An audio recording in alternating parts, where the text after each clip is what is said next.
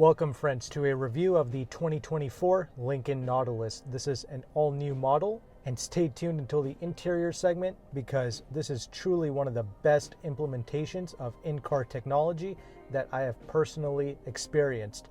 Again, more on that later, but let's talk more about this press car that I'm reviewing. This is the Reserve trim level with the Level 3 package on it, so it's pretty much fully loaded. There's still the black label on top, but I personally don't recommend that. I think the Reserve or the Premier, these are the best value models in the lineup. And with this Reserve, we have here the hybrid powertrain, which costs an additional $1,500. And we have here the 2-liter turbo 4-cylinder producing a total system output of 310 horsepower and 295 pounds-feet of torque. We also have here a CVT transmission, which shifts seamlessly. The standard 2-liter turbo 4, the pure gas model, is going to come with an 8-speed automatic transmission, and that's going to have 60 less horsepower and 15 pounds-feet of torque less than this hybrid. So yes, if you can, it is worth stepping up to this hybrid for the additional power, and yes, you also do get better fuel economy, 30 in the city, 31 out on the highway. I love it when car manufacturers make the hybrid powertrain not only a choice of efficiency, but also a more powerful powertrain option for the consumer. So with that established, let's go ahead and let's get this out on the road and talk about my driving impressions.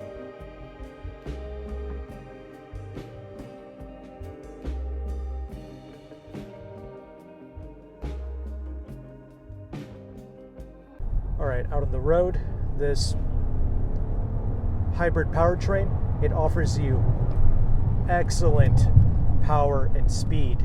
There's no lag, there's no issues. The power keeps building, so even when you're out on the highway and you step on it, you can easily pass people. So phenomenal hybrid tuning, and the brakes are good. It's a progressive brake pedal, so you just have to get in on them, but the stopping power is there. Handling, that's a whole nother story. I'll get to that in a bit, but back to that powertrain. I mean, Ford and Lincoln, they've always done a great job with their turbo engines, both in its power delivery and its refinement. This turbo 4-cylinder is quiet and smooth, and this CVT or eCVT, very smooth operation. All right, now other things to note. This is truly a quiet cabin space. It's a silent sanctuary. We do have here double pane glass on the front side windows here, and there's even some active noise control technology.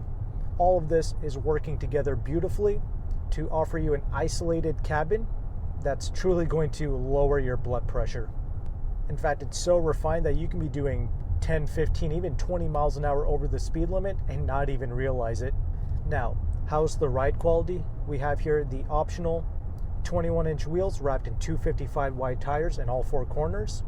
And Lincoln has tuned this SUV to be supple and soft. However, the suspension architecture and the suspension components, it's a bit generic, and you do notice that. So the ride quality, even though it's good, it's a bit unpolished, but most importantly, the handling is what really suffers. Of course, your at-limit handling, that's something that no Lincoln driver is really going to experiment with. I understand that. However, the main reason why I bring up the handling is because even with your everyday left-hand, right-hand turns, you're going to notice the deficiencies of the suspension. Because this SUV, it weighs a lot. It's a little over 4,500 pounds with this hybrid system. And when you take your everyday corners, you notice how much this SUV is battling against its mass. And this is something that your passengers are also going to notice.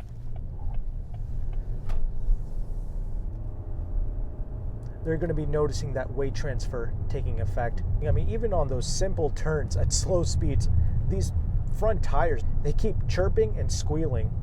And you do have some various drive modes that you can put this SUV into, but I personally do like the normal mode the best. I think everything responds really well in just normal. I put it into its Excite mode, but there wasn't a big difference that I noticed personally. So the handling is really this SUV's only Achilles heel.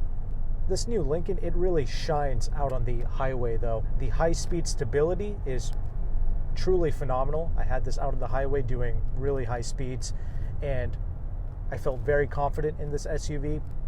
And the Nautilus also handles the long sweeping corners really well. But if you're interested in knowing, the regular pure gas turbo 4-cylinder, it weighs about 168 pounds less than this hybrid. I'm not sure if you can really notice that difference out on the road. I'd be curious to try it. And one other benefit with going with a Premier model is you can get the 19-inch wheels, so the SUV can ride a little bit better still. But ride quality isn't really an issue. What they really need to do is beef up the suspension. Other than that, I really enjoyed my time behind the wheel of this SUV. Once again, as a highway cruiser, this is top tier due to how quiet this is, and because we also have great features inside, at least with this near fully loaded Reserve with the level 3 package. We have here things like the 28 speaker Revel audio system and the massaging seats in the front. But before we talk about the interior space, the features, and the technology, I would like to talk about the exterior first.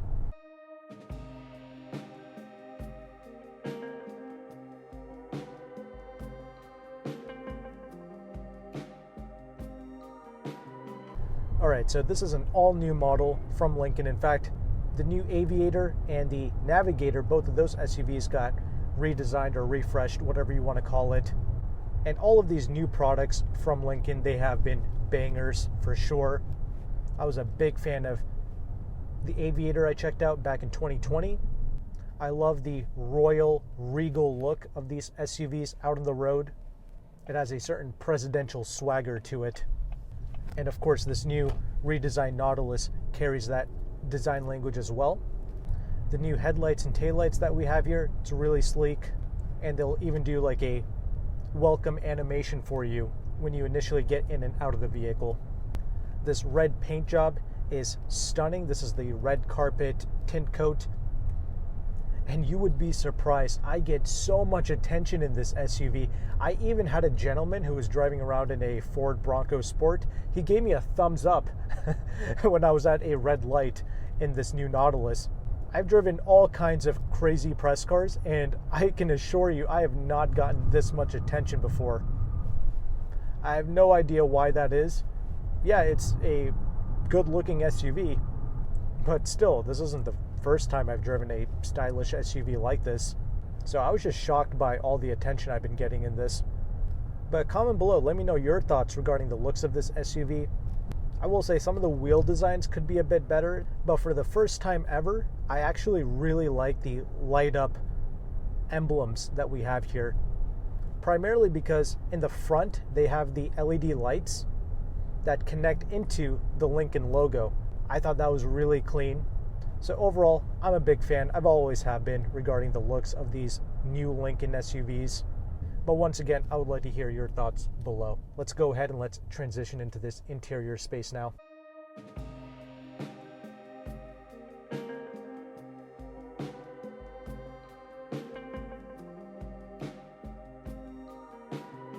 Okay, now that we are stopped, let's go ahead and let's talk about this interior space. And the first thing that's going to grab your attention is going to be this massive panoramic curved screen that they have implemented into the dash.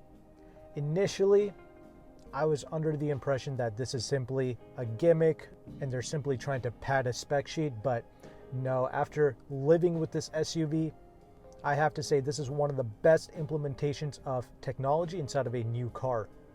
Because yeah, there's a lot of vehicles today that come with giant screens like Mercedes and the new Cadillac Escalade, but what they do is they put the screens closer to you. And that means you always have to take your eyes off the road by quite a bit to look down at the screens, which are once again closer to you. But having the screen close is only good for the touch purpose, which we have a separate 11.1 inch touchscreen in the middle. I'll come to that later, but the reason why I like this massive pano display is because it's pretty much in your line of sight, and these screens, they show you useful information like your speed, your navigation, the music that's playing. If you want to see the weather, you can have that up there as well, along with the time. And this pano screen, the job that it's doing, a lot of car manufacturers, they try to implement that into their heads-up displays, and that never works. The heads-up displays just end up being cumbersome and really just a distraction to use. And everyone that I brought with me into this SUV, they've all been really impressed by that screen. They love it. And I have to admit, it is eye-catching. The average consumer stepping into a dealership and they see this, they're just going to fall in love with it. But we also have an additional 11.1-inch display that you can truly interact with via touch. And we have here the wireless Apple CarPlay and the wireless Android Auto as standard. But this infotainment itself, this is a Google-based system, so we have all the Google apps. And this is also clean, easy to use, no issues. However, all of your HVAC has been implemented into this touchscreen. There is no physical buttons and switches for your HVAC. That's the only other thing I would like Lincoln to implement, but I doubt they ever will, because even the vent controls are embedded into this touchscreen. You can't even physically grab onto the vents to direct the air. So that's really the only thing I don't like regarding this interior space and this technology. Regardless of that, everything else works really well. And regarding that pano screen, there's only one other thing to note. Usually I like to have my tire pressure displayed on the pano screen. However, every time I turn the vehicle off and I get back into it, that tire pressure, it seems to just disappear. And every time I get into this car, I have to go into this touchscreen, play with the widgets, and apply the tire pressure to the pano screen. I wish the vehicle would actually remember my screen preferences. Now, something else that Lincoln has done due to this huge pano screen, they went with this square, almost a rectangular steering wheel. They really squished it in because, of course, you want the driver to be able to see that pano display clearly, right? So they've squished the steering wheel down, and it just feels a bit unorthodox. I don't completely hate it. Like, I don't mind square steering wheels, but this SUV, as I already talked about in the driving segment, your everyday left-hand, right-hand turns, they feel a bit cumbersome to begin with, and the steering wheel, it doesn't exactly help out with that, but oh well, not a big deal. I have gotten used to it. Having the steering wheel a bit lower hasn't been an issue for me. I am 5'11". I just keep my hands at the 10 and 2 position, and I've been pretty satisfied with that. And seeing out the front, the sides, the back, that's not an issue. This is a very easy SUV to drive and to place out on the road. And parking this isn't an issue. In fact, I believe they give you the 360 camera as standard. That's what I saw on the official Lincoln spec sheet. And the screen quality and the camera clarity, all of that is excellent here. Now let's talk about some of the best attributes about this interior space. That's going to be the seats, the Revel audio, and the massage function. So these reserve models with the level 3 package, they're pretty much all going to be well over 70 grand. And for that money, you do get the 24-way power seats, extremely comfortable. That's always been the case with these newer Lincolns. And the massage features in here, they are truly excellent. Some of the best massage seats that I have ever tried, along with Genesis and like the Lexus LS 500. I like that as well.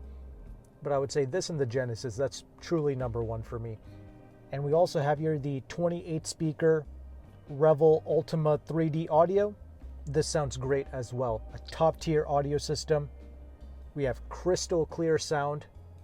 And the bass is not just powerful, but it's also a clean, rich bass that we get from this audio system.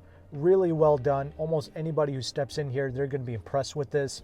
The speaker grills, that looks amazing. But there's also a 14-speaker Revel audio system. I hope that sounds at least 90 to 95% as good as what we have here, because I personally recommend just going with the mid-level trims to get the best value out of this Lincoln Nautilus. Overall, though, the fit and finish has been truly excellent. There's no creaking or rattling in here. I love the material choices, and it's also not just the speaker grills, but even the regular buttons that you interact with for your window switches. The center console, it has a nice knurling to it, really elevates the cabin, gives it a more premium touch when you interact with all of these various buttons. I also like the gear shifting function. where you simply press on the P, the reverse, the drive. And regarding these window switches, they feel great, and we also have one-touch up and down windows for all 4 windows. We also have some interesting door handles here. I love the exterior door handle implementation where it elegantly blends into the black exterior trim, but at the same time it's a traditional door handle that most of us are familiar with. And I also like this gloss black panel, which seamlessly connects with that pano screen in the front. And there's also 3 distinctive lines in this gloss black panel with some sort of a red lighting inside of it. There's truly a lot of competition out there for this type of SUV class, and Lincoln knows this, so they really went with a truly out-of-the-box styling and technology implementation that's sure to wow people, because they know that shoppers are going to try out and they're going to sit in all of these various products. But when you step inside of the Lincoln, you're definitely going to remember this interior space amongst the competition. Anyway, other things I really like, it's this volume knob. It's this crystal that you can interact with. They are also using some hard touch plastics more towards the bottom where you're not really going to notice it, so I'm not too mad about that. I do like this center console with the way they have the wireless phone charger implemented. Your phone's not going to be flying all over the place. It's going to be reliably charging inside there. You got 2 cup holders. You have some additional storage with a USB-C port and a regular USB as well. And you can also close off this entire center console for a clean look. The center armrest has some good space, and you have some additional USB-C ports as well. And inside of this center armrest, you have 3 fragrances as well that you can choose from, and you can activate it through your 11.1-inch touchscreen. The glove box is a decent size, and we also have here a giant pano moonroof. So if you like that, there you go. And regarding the rear seat space, it's truly excellent. So as mentioned before, I am 5'11". Getting in and out of this SUV, not a challenge at all. And I can easily sit behind myself. You have lavish amounts of rear legroom and headroom as well. And you have your own air vents to play with back there, and with these top of the line trim levels and packages, you also get heated rear seats as well. The trunk space is also massive, and you also have a spare tire in the back as well, which means you don't have to use run flat tires here. But the only thing is, with that tailgate, they didn't give us an additional button to close the tailgate and to lock all the doors. Almost every SUV has that. This one doesn't. You can only close the tailgate, and then you have to lock the vehicle with your key fob, or you can do it from the outside, I guess. Ford and Lincoln, they implement this touchpad on the B pillar, so you can use a passcode to get inside of the vehicle, and you can also lock and unlock the doors with that touchpad on the B pillar as well. So that's my look at the new Lincoln Nautilus interior space. Before we conclude, I'll just mention this: the safety of these SUVs. These are an IIHS top safety picks, so you and your family can be rest assured that you're traveling around in a very safe automobile. And all of the useful safety tech features, they do come as standard, like blind spot monitoring, rear cross traffic alert, and rear cross braking as well, amongst many other features. And as mentioned before, even a 360 camera comes as standard. So well done there. And with that established, let's go ahead and let's conclude this review.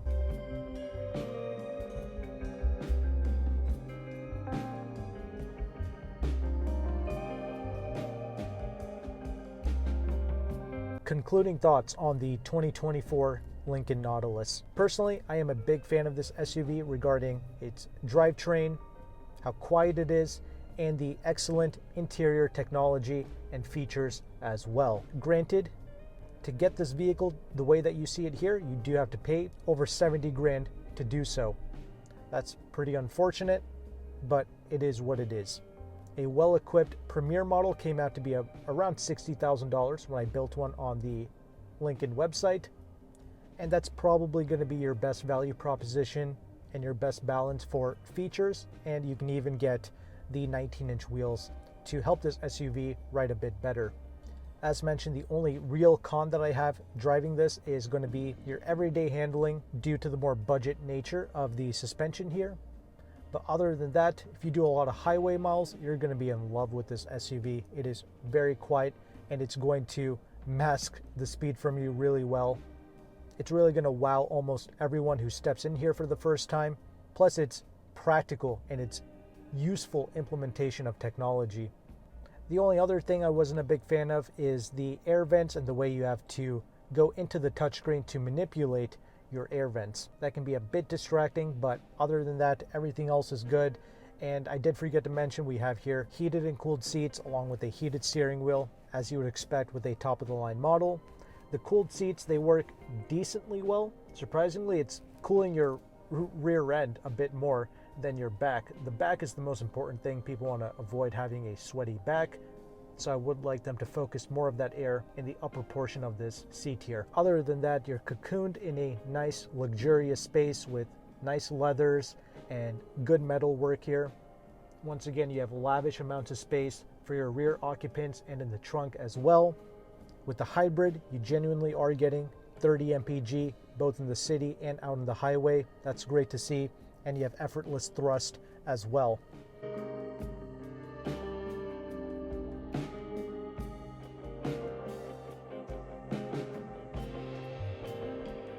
I have a free leasing calculator provided to you by AutoCompanion, linked in the description box below. This calculator will show you the interest rate of a lease, the residual values, and the incentives that you can get in your local zip code. So no matter how you choose to buy your vehicles, whether it's through cash, financing, or leasing, use that calculator to see those incentives, because incentives stack on top of the dealer discount. And as of right now, October of 2024, we do have some really low interest rate lease deals from Lincoln.